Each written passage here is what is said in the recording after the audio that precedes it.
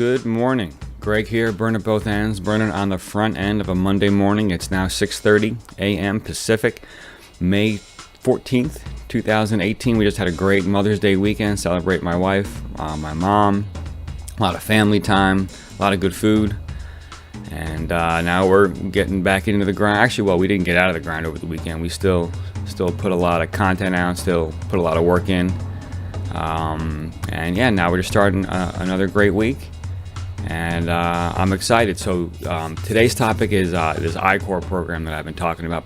But before we get into it, I've been just focusing a lot on generating content, and I'm really into audio content. So I bought two of these lavalier mics. I think that's how you pronounce it. And then I bought a Y cable, so that way I could put two microphones into my iPhone and do an interview. So tested it this weekend with the girls. Actually, we were at a restaurant, and all the background noise of the restaurant really did not, it was actually really cool because you could hear the people speak very clearly, but then you also heard the background noise, so it added a nice flavor to the interview.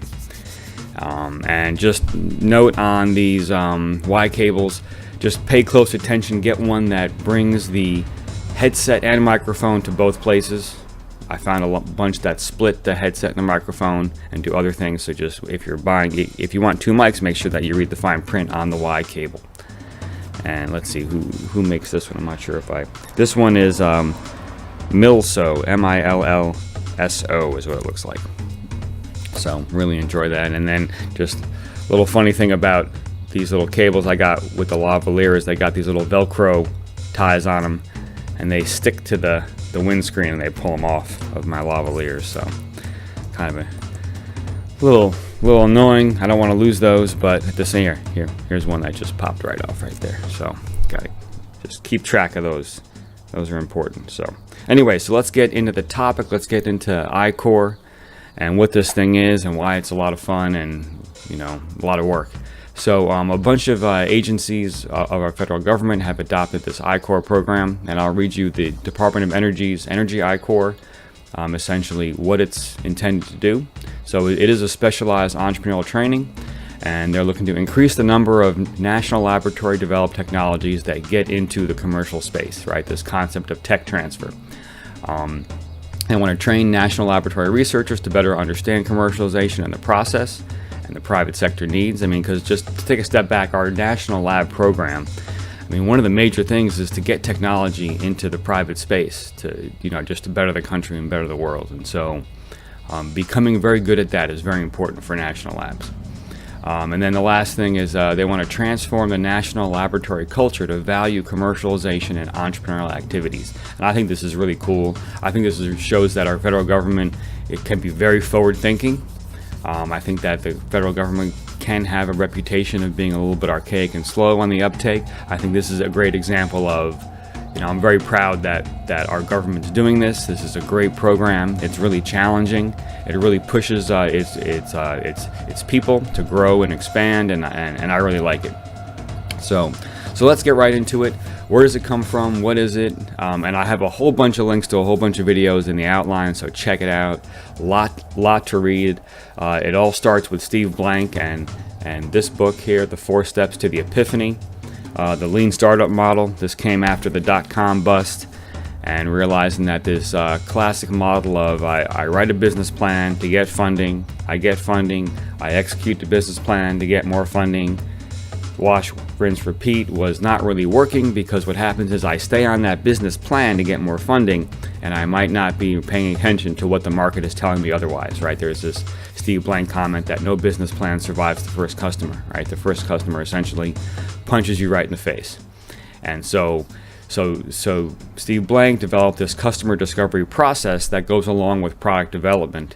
It's an iterative process. It's getting out of the building. It's getting in front of customers. It's doing these interviews where we don't talk about what my startup is developing. We talk about what they're working on, their pains and gains. So that way we get a nice unbiased interview, and we can learn about the real pieces of the market, the real thresholds that are out there. What are the performance levels? What are the price points? What are the convenience levels, the packaging levels? What do I have to do for my minimum viable product, my MVP, to get those early adopters to begin buying? And the way we do it is by tucking away our idea and just talking about what this potential customer is going through. Or it could be, and it's more than a customer. This is where now the ecosystem comes in. So our companies here, the ecosystem involves everybody that indirectly or directly touches our product, whether it's a customer, a distributor, a regulator, a saboteur, a collaborator, a partner, all these pieces of the puzzle, and we draw this ecosystem of all these players. This is how we find out who now to go out and talk to. And then we take our customers and we break them down to these customer archetypes, the different types of customers. Think of like cell phone users. Think about how different a teenage girl is from, I don't know, a 30-year-old man versus a 60-year-old man.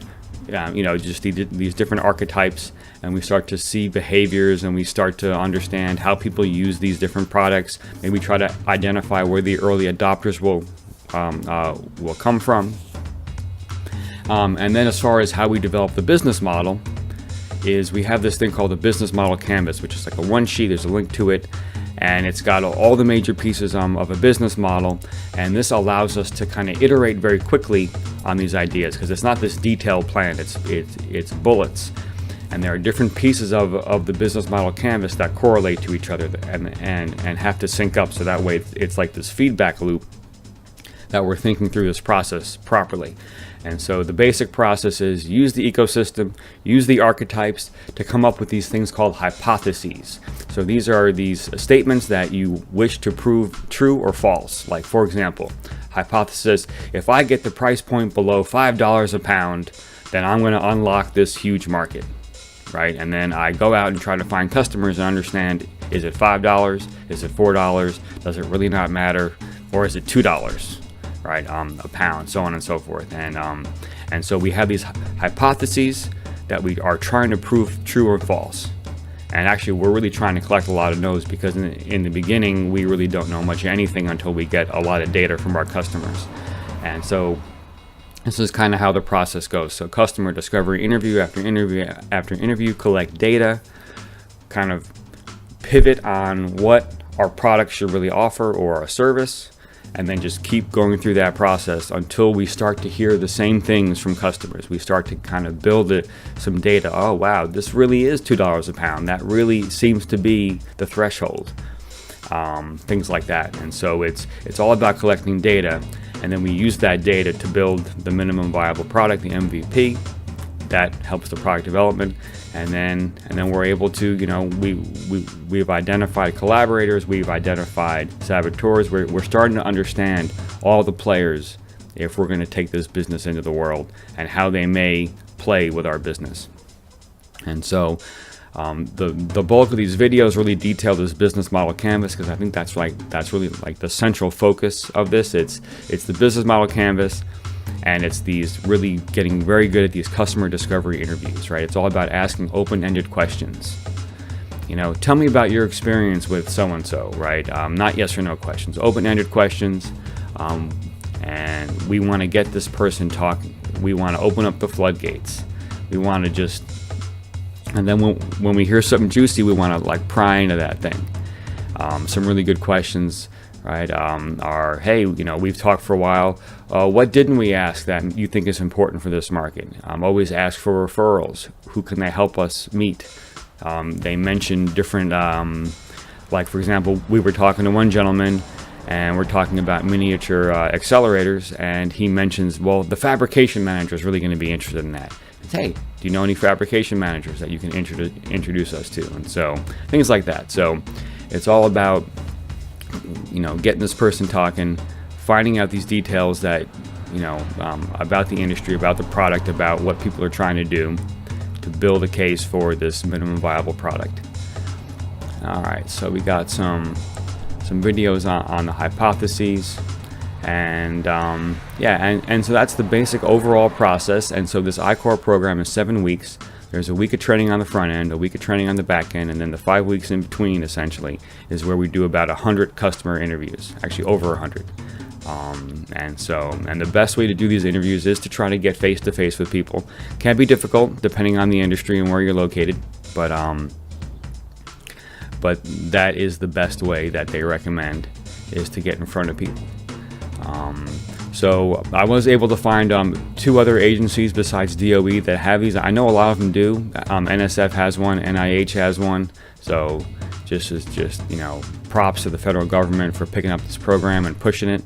I think it's really important. So I've linked some of the main I-Corps sites for these 3 agencies. And also, there's this SBIR, STTR program, which is a Small Business Innovation Research, and STTR, I forget exactly what that stands for, but I think it's like a SBIR, but it involves a nonprofit like a university or something. But these are just more government programs, and there are a lot of SBIRs now, programs where if a small business wins it, they get some I-Corps training as well, which I think is really cool because it's really valuable. I really enjoy it. And so what's next for me for I-Corps? So we start June 5th. I'll be in Colorado. That'll be exciting. And then pretty much the month of June and half of July is just gonna be nothing but grind, nothing but interviews, talking with people, iterating on this business model canvas, iterating on these hypotheses, and really getting down into the weeds on this idea.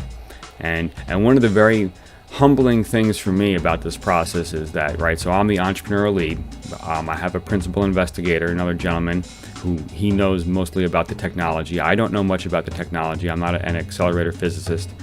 However, I'm going to be involved in lots of conversations with some very intelligent people talking about things way over my head. We had one last week. And a big challenge for me is going to be staying in that discussion as best as I can, writing down as many keywords as possible, going off on my own, doing research on those keywords so I can learn more about this technology, so I can speak about it. But at the same time, not get too sucked into the technical details, because my job is to really focus on the business side of it. What are these potential products that we can put our miniature accelerator in? What might the partnerships look like? What might the business model, the profit model look like? Who cares about the profit model, and what part of it do they care about? The procurement person is going to be different than the facility manager, so on and so forth, than the operator, for example.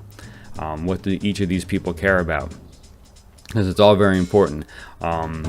Because this will eventually be like a CapEx type of a purchase when we commercialize our miniature accelerator. So it's getting in the CapEx. How do they view return on investment? How do the different pieces of the company view this machine that they're going to invest in? It's very interesting to see that landscape.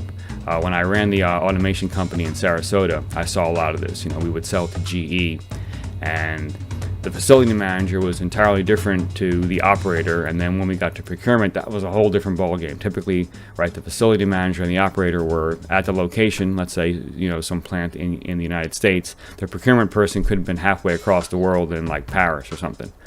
And so talk about a disconnect and a challenge just to kind of bring everyone together and talk about things. And all the procurement person wanted to do was hammer on price. That's all. And so it was an interesting experience. So anyway, starting this June 5th, my plan is to go. I'm going all in. I'm going to go above and beyond. I want to do more than 100 interviews. I just want to just crush this. And the context I'm going to hold, I'm going to act like this is like I am joining a startup, and I'm going 50-50 at the lab, and I'm taking an entrepreneurial leap. That's the way I'm holding this context. I'm really going to get into it. I know I'm going to hit a lot of obstacles and challenges, and I'm going to use this channel and use all these things I've been talking about to get through them. And the other thing I'm going to do is I'm going to systematize this process. I'm really going to get into. I'm going to do a whole post about G Suite and how I'm all in on the Google G Suite and the way I use the tools. I use it for this channel as far as how I set things up. And I'm all about systematizing things to make things easier for myself. Excuse me. It's that bubbly water here. Love my bubbly water and my Meyer lemon. Delicious. And like linked to this process, right? So this customer discovery lean startup thing is a great kind of model for any type of idea. And the other thing that I'm looking for is a really good way to qualify a technology, sort of like that can corroborate the customer discovery process and maybe even precede it. So that way, all right, we've qualified this technology, let's get into customer discovery. So I found this one book. I'm just starting to get into it. Let me try to Finding Fertile Ground. I read through it once. I'm going through it a second time. This seems to have a lot of good points in it that has this like kind of technology qualification side of things. And I think bringing this Fertile Ground book with customer discovery and bringing them together, I think there's a lot of value there. And then the really cool thing is that I actually have some technologies that I've just not discovered, but come across at the lab that I'm going to put through this process with my business partner. So really have a lot of exciting things going around customer discovery and tech transfer. I'm really into it. I know that there's so much value in our government labs that needs to be brought to the commercial space. It's just critical. So many smart people, so many good ideas, and the problem is that the national labs and the researchers, right, they only get their money to go to scientific paper. And then there's this huge gap between this technology and a profitable product. And how do we get across, right? That's crossing the chasm. That's the valley of death, and I thought the valley of death was intimidating, and then I met this gentleman named Mike Biddle, and he grew this incredible recycling business, and he said there's actually 3 valleys of death. I'll try to recall them. There's the technology, the commercialization, and then I think the scale up. Right, so there are 3 valleys of death. So if one wasn't tough, now you got 2 more to go through. So anyway, I'm going to wrap there. I'm excited about this program. I highly recommend you check it out. Some of these books are great books. They really get into a lot of these tactics and these details, which is something I love. And so I'm excited for this program. You'll see it, you'll witness it on this channel. I'm excited for that. And another great week. So go out and do something incredible today. And I'll talk to you later.